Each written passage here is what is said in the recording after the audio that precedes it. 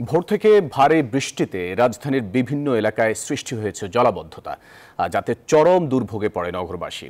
মৌসুমী বায়ুর প্রভাবে শুক্রবার ছুটির দিনের সকালে রাজধানীবাসীর ঘুম ভাঙে বৃষ্টির শব্দে। তবে জীবন জীবিকার তাগিদে যারা ঘরের বাইরে বেরিয়েছেন পড়তে হয়েছে ভোগান্তির মধ্যে। অনেক স্থানে এই পানি জমে সৃষ্টি হয়েছে জলাবদ্ধতা।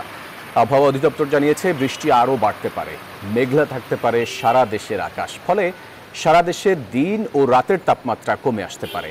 ভারী বৃষ্টিপাতের কারণে সিলেট, চট্টগ্রাম, কক্সবাজার ও পার্বত্য চট্টগ্রামের পাহাড়ি এলাকাগুলোতে পাহাড় ধসের সতর্কবার্তা জারি করা হয়েছে।